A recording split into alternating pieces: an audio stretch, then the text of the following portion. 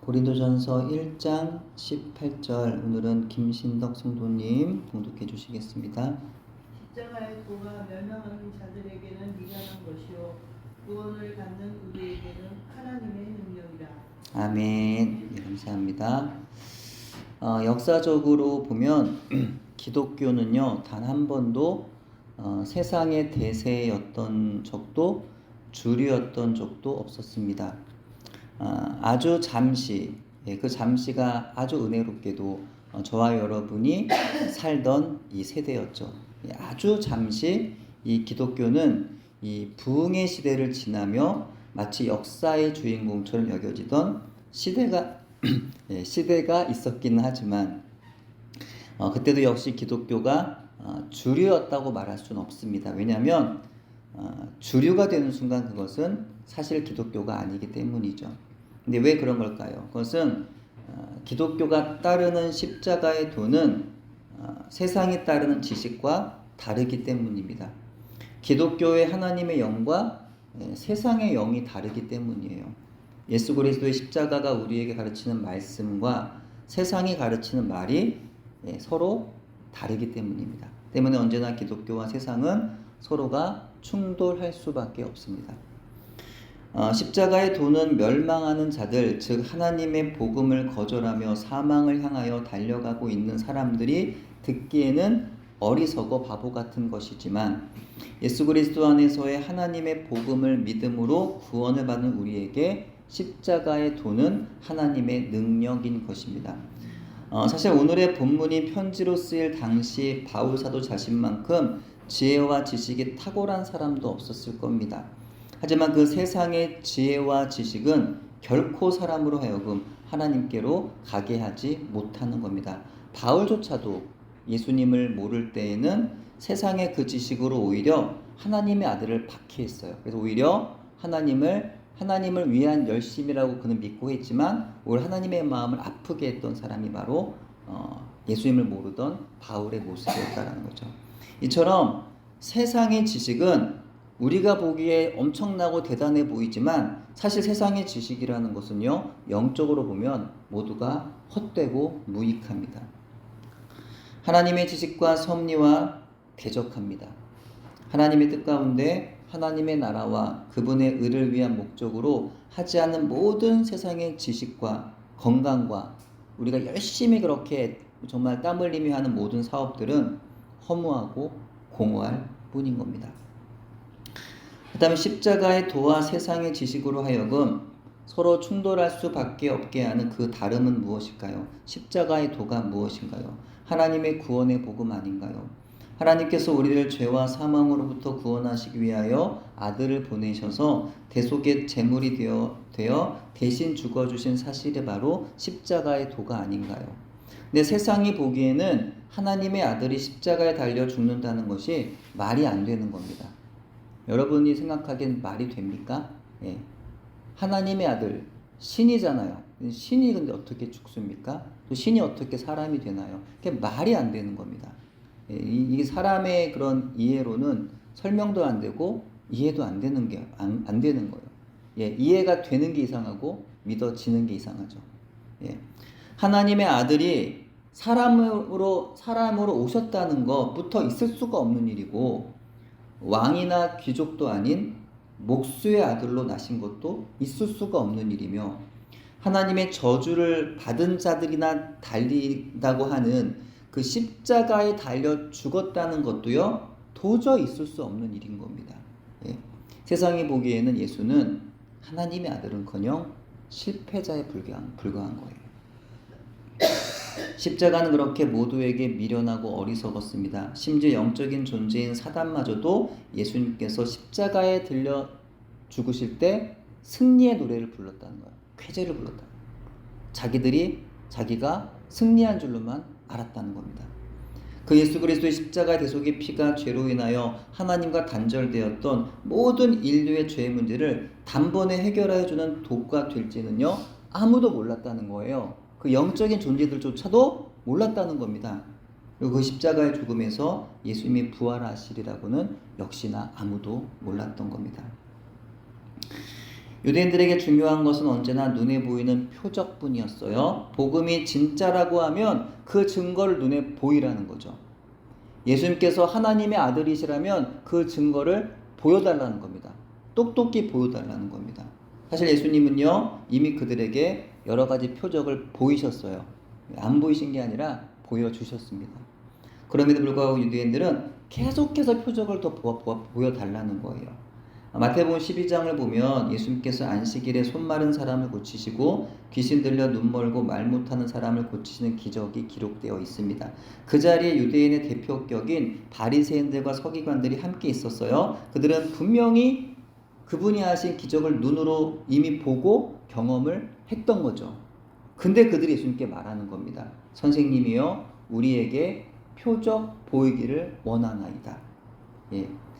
기적이 분명히 일어나고 현장이 있으면서도 더 많은 기적을 원했던 겁니다. 더 특별한 기적을 원했던 겁니다. 그게 무슨 기적인가요? 병 고치는 게 뭐 기적인가? 더 뭐 자연을 움직이고 뭔가 좀 더 큰 기적을 하나님이시면 그런 걸 보여줘야 되지 않습니까? 뭐 이런 얘기인지도 모르겠는데 어쨌든 분명히 기적을 행하셨는데 또 기적을 보여달라는 거예요. 정상적이고 이 상식적인 방법을 통해 밝혀지는 하나님의 계시는 무시하는 겁니다. 초자연적인 방법을 통한 하나님의 섭리만을 계속 기대하는 거예요. 요즘에도 그런 성도가 있죠. 급박한 위기 상황에서 건져주신 하나님을 찬양하고 죽을 수밖에 없던 질병을 고쳐주신 하나님을 예배하지만 또 다른 고난의 상황에서 회복되지 않으면 하나님을 떠나는 사람들이 있습니다.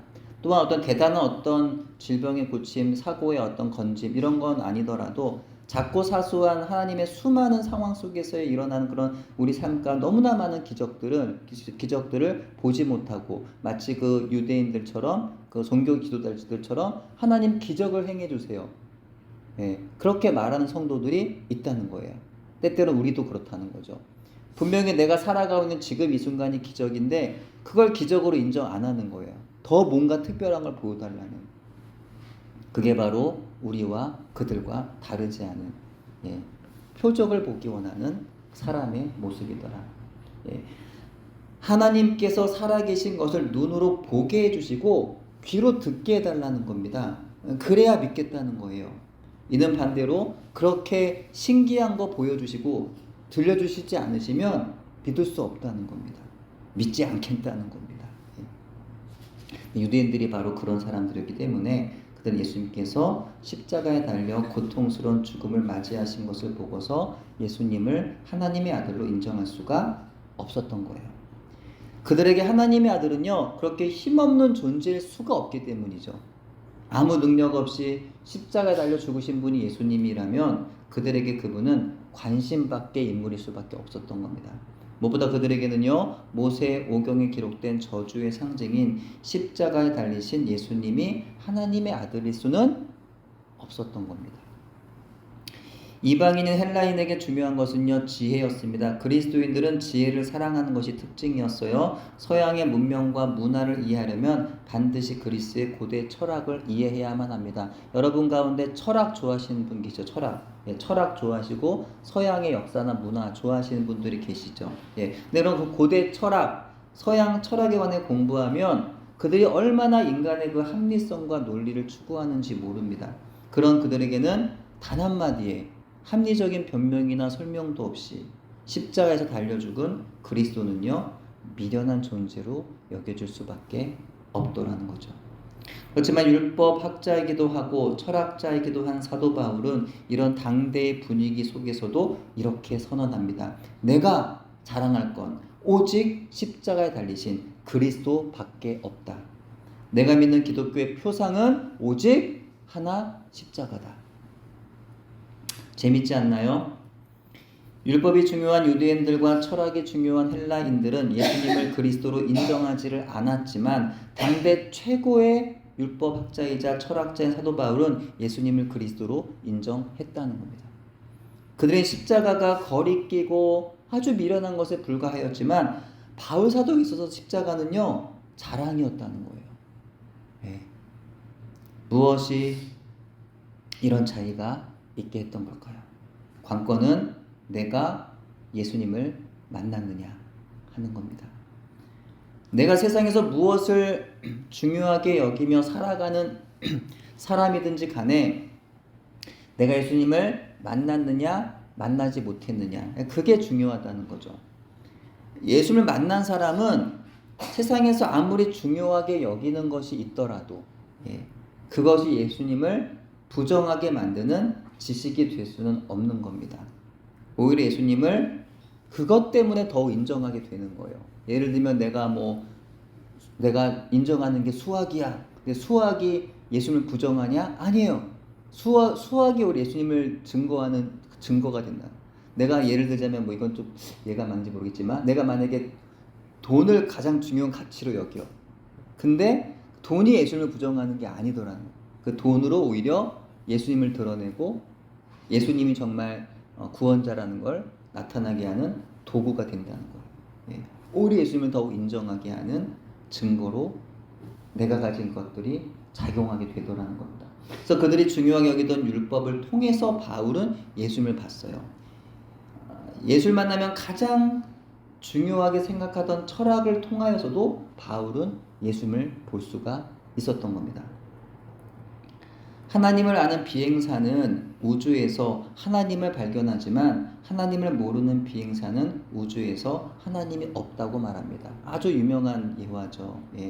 똑같은 비행사인데 우주에 가서 아무것도 없더라, 신이라고 찾아볼 수가 없더라, 이렇게 말하는 비행사가 있었는가 하면, 어떤 비행사는 그곳에서 하나님의 창조의 그 역사, 그 은혜를 찬양했다라는 그런 기사가 있잖아요. 하나님을 아는 의사는 사람의 몸을 보면서 하나님의 살아계심을 인정하지만, 하나님을 모르는 의사는 사람의 신비한 그 몸의 구조를 똑똑히 보면서도 창조주 하나님을 알지를 못하는 겁니다. 이와 같이 다릅니다. 하나님께 속한 사람들과 세상에 속한 사람들이 다르다는 거예요. 십자가의 도를 아는 사람들과 세상의 지혜를 따른 사람들이 이렇게 다르다는 겁니다. 그렇다면 어떤 분은 이때 이런 질문을 할지도 몰라요. 우리는 우리와 다른 그들에게 예수님을 전하려면 우리에게 맞춰진 방식이 아닌 그들에게 맞춰진 방식으로 복음을 전하는 게 더 합리적이지 않을까요? 그게 똑똑하고 현명한 거 아닐까요? 가능한 그들이 알지도 못하고 불편해할 만한 십자가를 굳이 전하기보다는, 왜 그런 걸 싫어하는데 그걸 전해요? 그런 거 하기보다는 그들이 중요하게 여기거나 좋아하는 세상의 성공과 평안과 복을 그들에게 전하면 그게 더 효과적인 복음 증거가 되는 게 아닐까요? 이렇게 물을 수가 있다는 겁니다. 어떤가요? 여러분도 그렇게 생각하세요? 사실 성경을 펴면 모든 구절마다 예수님의 십자가의 피가 흐르고 있지만, 그러나 굳이 예수님의 십자가의 피를 전하고 싶지 않다면 얼마든지 그리스도의 피가 빠진 복음을 전할 수도 있는 겁니다. 사실은 성경에 예수님의 피를 빼고 전할 수가 없는 것인데, 근데 굳이 또 그렇게 하려면 또 뺄 수가 있는 거예요. 왜 어떻게 해요? 그냥 말을 그냥 안 하면 되잖아요. 그 말을 그냥 안 하는 거예요. 예수님을 말 안 하면 되는 거예요. 그저 하나님의 사랑, 평안에 대해서. 예수님은 말하지 않고 그냥 하나님은 사랑이시라는 거야. 그냥 이렇게 말하는 거예요. 다 주신다는 거, 하나님은 다 주신다는 거예요. 또 하나님의 기적 이야기, 복에 대한 이야기만 막 하는 거죠. 예수님은 없이. 근데 굳이 그들이 실패로 받아들이는, 심지어 저주로 이해하는, 그래서 그들로 하여금 오히려 예수님께로 가는데 방해가 될 수 있는 십자가 이야기를 바울이 전해야만 했던 그 이유가 무엇이었을까요? 사실 우리가 십자가에 익숙해져 있어서 그렇지 복음을 전하는 도구로는 그 어느 것도 십자가보다 더 나쁠 게 없습니다. 십자가가 무엇인가요? 여러분 아시죠? 십자가가 무엇이에요? 사형틀이죠. 정말 살인죄, 폭력죄, 반역죄, 이런 죄인들을 십자가에 달려서 죽이는 그 틀이 바로 십자가잖아요. 인생의 아주 밑바닥 중에 밑바닥, 하류 인생, 아주 쓸모없는 인간 쓰레기, 세상에서 정말 사라져야 될 그런 인간들, 가장 악하고 가장 약한 것을 상징하는 것이 바로 십자가예요. 그러니까 유대인에게도 헬라인에게도 세상의 그 어느 누구에게도 십자가는 전혀 매력적인 홍보의 도구가 될 수가 없는 겁니다. 여러분, 누군가를 홍보하려면 어때요?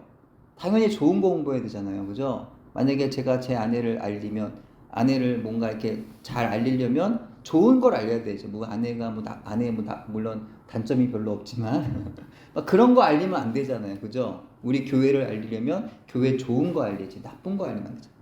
예. 근데 예수님을 전하는데 어떻게 그 나쁜 십자가를 표상으로 삼고 예수님을 전할 수가 있겠냐는 거예요.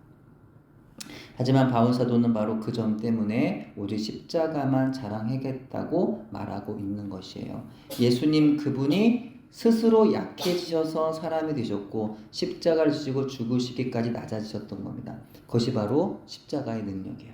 그래서 바울 사도는 자기도 예수님처럼 나도 예수님처럼 낮아질 거야 라고 말하는 거예요. 그렇죠? 자기의 약함도 예수 그리스도 안에서 자랑이 된다는 겁니다. 다음 여러분에게 있어서 낮아짐은 어떤 의미인가요?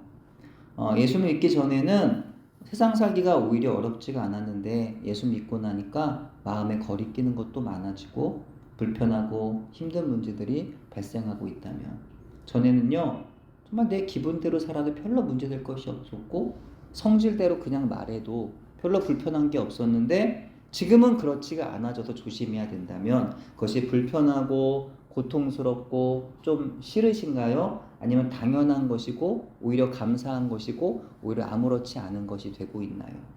때로는 어느 부분에 있어서 사람들의 인정을 내가 받지를 못하고 간혹 어떨 때는 무시를 당하는 것 같다고 느껴질 그 낮아짐 때문에 여러분은 실망이 되고 분노가 차오르시나요? 아니면 그리스도인으로서 당연한 것을 여기며 그것마저도 기꺼이 감당하고 계신가요? 여러분에 있어서 약함의 상태는 여러분에게 어떤 의미를 주나요? 성적이 떨어졌을 때 시험을 잘 봤다고 말하는 친구를 기뻐하며 축하해 줄 수 있나요? 승진에 누락되었을 때 누구보다 빨리 자리를 잡아가는 동료를 보면서 진심으로 응원해 줄 수 있나요? 나에게는 없는 돈을 많이 가진 사람, 나에게 없는 건강이 좋은 사람, 나에게 없는 자녀가 있는 사람, 나에게 없는 좋은 배경을 가진 사람들을 보면서 또 우리보다 막 부흥하는 교회를 보면서 배 아파하지 않으며 아무렇지 않게 지금의 나로 인하여 주님께 감사하고 계시고 있나요? 여러분에 있어서 여러분 낮아짐은 수치와 분노인가요? 아니면 자랑인가요? 여러분의 약함은 슬픔과 절망인가요? 아니면 감사인가요? 저와 여러분이 지금 약하다? 그것은요, 예수님을 정말 믿고 있는 저와 여러분이라면 그 약함이 절대로 우리의 슬픔도 절망도 수치도 분노도 고통도 괴로움도 짜증도 원망도 될 수가 없습니다. 동의하세요? 그 약함의 상태가 바로 우리로 하여금 예수님을 가장 닮게 하는 순간이기 때문이에요. 그 약함의 상태가 바로 가장 예수님을 의지하기 좋은 상태, 예수님을 만나기 최적의 상태이기 때문입니다. 그 약함의 상태가 가장 십자가의 복음을 드러내기 좋은 환경이기 때문입니다. 여러분, 예수님을 닮기를 원하세요? 정말 원하세요? 근데요, 왜 높아지기를 원하시나요? 왜 부요하고 건강하기만을 원하시나요? 여러분, 예수님을 의지하기 원하세요? 그러면 왜 여러분은 아무 문제와 고난이 없는 평안만을 간구하고 계신가요? 여러분은 복음을 드러내기를 원하시죠? 근데 왜 여러분은 십자가를 지고 싶어 하지는 않으신가요? 저는 1년에 한두 번 이 설교 준비에 있어서, 그러니까 제가 좀 부끄러운 거를 제가 뭐 여러분들의 부끄러운 걸 말할 수는 없잖아요. 그래서 제가 제 부끄러운 걸 말하는데 혹시나 뭐 좀 감안하고 들어주시면 고맙겠습니다. 저는 1년에 한두 번 이 설교 준비에 있어서 슬럼프에 빠지는 순간이 있습니다. 영적인 부분이라고 여겨지기 때문에 제가 슬럼프에 빠지는 데는 물론 영적인 문제가 있겠죠. 어쩌면 저도 모르게 너무 잘하고 싶은 욕심이 이렇게 들어가는 거예요. 좀 잘해서 좀 은혜를 끼쳐야 되는데 뭐 이게 뭐 어떻게 보면 뭐 좋은 욕심이 있을지 모르겠지만 어떻게 보면 좀 거기 또 나를 드러내고 싶은 마음이 있을 수도 있겠죠. 그 욕심이 이렇게 생기는 겁니다. 주님께 맡기고 내 약함을 그대로 드러내면 되는데 그 약함을 드러내고 싶지 않은 겁니다. 그러니까 어려울 수밖에 없는 거예요. 근데 슬럼프가 깊어지다 보면 바닥에 더 깊은 바닥으로 오랜만에 내려가 보면 거기서 또 주시는 은혜를 경험하게 됩니다. 몸과 마음은 힘든데요. 그래서 불평도 하고 주님께 투정도 하고 못하겠어요 이러면서 막 하소연도 늘어놓고 근데 마음 한쪽에는 또 이렇게 그래도 어떻게든 또 되게 하시는 걸 보면은 또 웃음이 나요. 이렇게라도 은혜를 경험하게 하시는 주님을 만나게 되더라는 겁니다. 십자가는 예수님께 있어서 낮아짐의 극치이자 약함의 끝이었어요. 더 이상은 낮아질 수도 약해질 수도 없는 곳까지 주님은 비하되셨어요. 하나님은 그 낮아짐을 통해서 온 인류의 구원의 역사를 이루셨고 아들의 그 순종을 기쁘게 받으셨습니다. 예수님은 그 십자가 낮아짐과 약함은 우리를 위한 것이었어요. 바울은 그것을 알기에 십자가가 단지 실패이고 허물이고 수치이며 저주일 수는 없었던 겁니다. 십자가가 단지 괴롭고 슬프고 두려운 것일 수는 없었다는 거예요. 바울 사도에 있어서 십자가 아래만큼 하나님과 그분의 아들의 사랑을 만날 수 있는 곳도 없었고 그 십자가만큼 하나님과 아들의 사랑을 전할 수 있는 표상도 없었던 겁니다. 그래서 바울은 고린도전서 2장 2절에 이렇게 고백하는 거죠. 내가 너희 중에서 예수 그리스도와 그가 십자가에 못 박히신 것 외에는 아무것도 알지 아니하기로 작정하였습니다. 또 갈라디아서 6장 14절에 이렇게 고백합니다. 그러나 내게는 우리 주 예수 그리스도의 십자가 외에 결코 자랑할 것이 없으니 그리스도로 말미암아 세상이 나를 대하여 십자가에 못 박히고 내가 또한 세상을 대하여 그러하니라. 아멘. 그렇습니다. 바울은 언제나 십자가만을 자랑한다 라고 말해요. 십자가만을 기뻐한다 라고 말해요. 예. 만약에 저와 여러분이 바울 같은 똑같은 자랑과 기쁨을 말한다면 어떨까요? 우리는 세상 살면서 슬퍼할 일이 없겠죠. 그렇지 않을까요? 두려워하고 낙심할 일, 염려할 일이 없지 않을까요? 바울처럼 살면 그렇잖아요. 또 바울은 우리가 잘 알듯이 빌립보서에 보면 감옥 안에서도 기뻐하고 기뻐하라. 나는 기뻐한다는 거죠. 너희도 기뻐해라. 이런 바울의 신앙이 우리의 신앙이 되면 우리도 뭐 언제든지 막 기뻐하고 항상 감사하고 그럴 수가 있다는 거예요. 아파도 감사, 힘들어도 감사, 어려운 일이 있어도 감사. 어떤 이는 십자가로 하나님께 나아가는 데 있어서 거리끼는 것이 되고 어떤 이에게는 십자가가 어리석은 것이지만 그래서 어떤 이들에게는 그들의 지식과 재물과 건강과 종교적인 열심이 자랑이고 기쁨이겠지만 바울 사도에게 있어서는 자랑도 십자가이고 기쁨도 십자가라는 겁니다. 때문에 바울은요 표적을 구하는 유대인에게 또 지혜를 찾는 헬라인에게도 오직 십자가만을 자랑했던 거예요. 그들에게 오직 십자가와 부활의 예수 그리스도를 전했던 겁니다.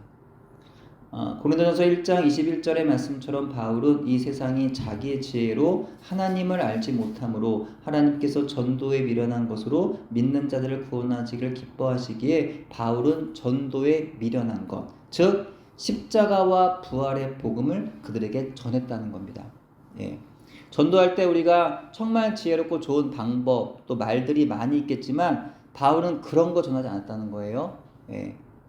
아주 재밌는 거, 아주 유익한 거, 아주 현명한 거, 모든 사람들이 좋아할 만한 거 그런 거 전할 수 있지만 바울은 그런 거 안 전했다는 거예요.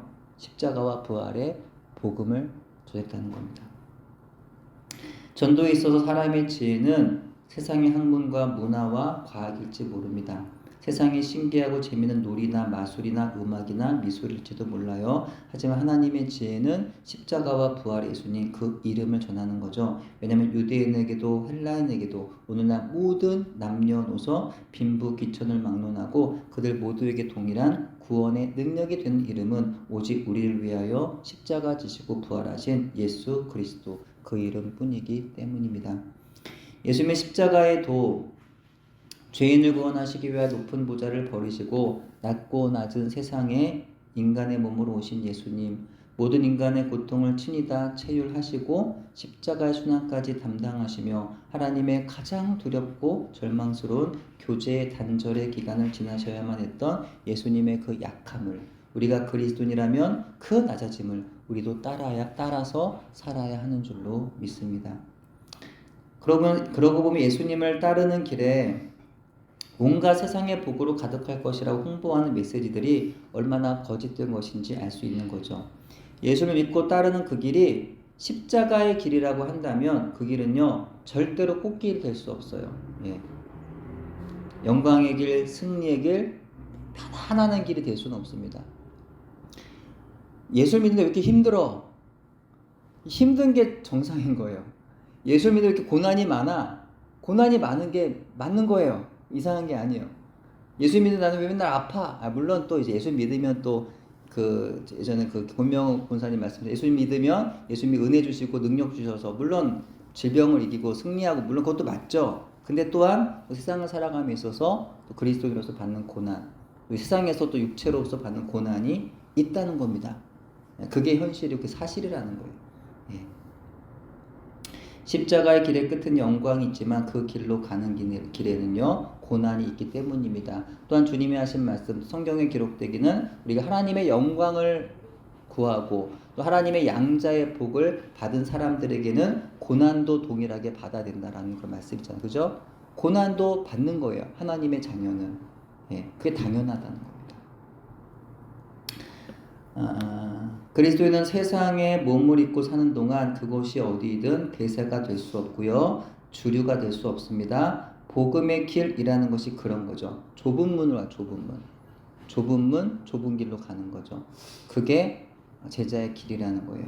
성도의 길이라는 거예요. 십자가를 따른 제자의 길은 그런 거라는 겁니다. 마냥 좋고 행복하고 막 꽃길을 가는 건 아니라는 거예요.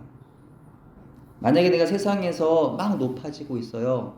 모든 사람의 칭송을 받는 자리에 있어요. 그러면 잠시 자신을 돌아볼 필요가 있습니다. 그것이 정말 내가 그리스도의 십자가를 잘 따라가다 보니까 하나님 나를 높아주셔서 은혜로 내가 높아져 있는 건지 아니면 내가 십자가를 부인하고 떠나 내 힘으로 높아진 것인지를 분별할 수 있어야 된다는 거예요. 바울이 본문에서 언급하고 있는 유대인이나 헬라인들은 당대의 주류들이었고 여론을 주도하던 계층이었습니다. 그들이 주장하는 것이 대세였고 그 사람들의 말과 행동을 따라가는 것이 시대에 뒤떨어지지 않는 길이었습니다. 내 당대의 가치와 흐름을 주도하는 그들과 바울은 정면으로 충돌하고 있었던 거죠. 아무리 너희들이 기적이 나타나야 진리라고 말하고 인간의 논리로 이해되지 않는 것들은 다 진리가 아니라 말하여도 그것이 대세라고 아무리 우겨도 나는 그렇게 생각하지 않아. 너희가 뭐라 해도 나는 진리인 오직 십자가에 못 박힌 그리스도만을 전할 거야 라고 사도 바울은 당당히 공언하고 있는 겁니다. 눈에 보이는 표적과 합리적이고 이성적인 지혜가 대세인 시대, 허무주의와 쾌락주의가 주류인 시대, 진리가 뭐 밥 먹여주냐? 돈이 최고지. 야, 남이 뭐라 하든 그거 중요하지 않아. 내가 좋으면 그게 진리야 라고 말하는 이 시대. 나만 좋으면 동성애도 좋아. 뭐 어때? 내가 좋으면 되는 거지. 낙태도 좋은 거야. 간통도 좋아. 구원이 뭐 기독교에만 있니? 불교에도 있고 이슬람에도 있고 다 있어. 그러니까 좋은 게 좋은 거 아니니? 말하는 이 시대. 성경은 안중에도 없고 하나님 경외함이 없는 시대. 이런 시대를 사는 그리스도인들은 어떻게 세상을 살아가야 하는 걸까요? 우리도 때때로 세상의 대세와 주류에 떠밀려서 예수 십자가의 복음이 미련하게 느껴지고 부끄럽게 여겨져서 우리도 세상의 허무와 쾌락을 따라가고 싶어지는 순간이 찾아올 때도 있는 것 같습니다. 때문에 우리는 경건의 능력으로 무장해야 합니다. 기도와 말씀 묵상으로 항상 내적인 경건을 갖춰야 되는 거죠. 형제와 이웃을 향한 사랑과 용서와 배려와 섬김으로 외적인 경건도 갖춰야 하는 겁니다. 이와 같은 경건함으로 무장하여 끝까지 이 시대의 대세와 주류를 따르지 아니하고 믿음의 절개를 지키며 꿋꿋하게 예수님의 십자가의 길을 따라가는 사람들에게 예수님의 위로하심과 함께하심이 있는 줄로 믿습니다. 이것이 십자가의 능력을 힘입어서 십자가의 길을 잘 걸어가는 저와 여러분 되기를 소원합니다. 기도합니다. 하나님 아버지, 자기 눈에 좋은 대로, 자기 귀에 들리는 대로, 자기 마음이 편한 대로 살아가기를 좋아하며 그것이 진리라고 생각하는 이 개인주의 시대에 성경은 그 초점을 내가 아닌 하나님께 맞춰야 함을 말씀하고 있습니다. 시선을 사람에게 맞추는 것이 진리도 행복의 길도 아니라 살아계신 창조주 하나님께 나의 시선을 맞출 때 비로소 거기에 참된 진리와 행복의 길이 있음을 성경은 우리에게 가르치고 있습니다. 하나님, 저희로 하여금 세상이 말하는 주류, 세상이 말하는 대세라고 하는 것들에 영향을 받는 사람들이 아니라 하나님 말씀과 예수 그리스도의 십자가 복음에 영향을 받는 사람으로 살아갈 수 있도록 저희를 붙잡아 주옵소서. 예수님 이름으로 기도드립니다. 아멘.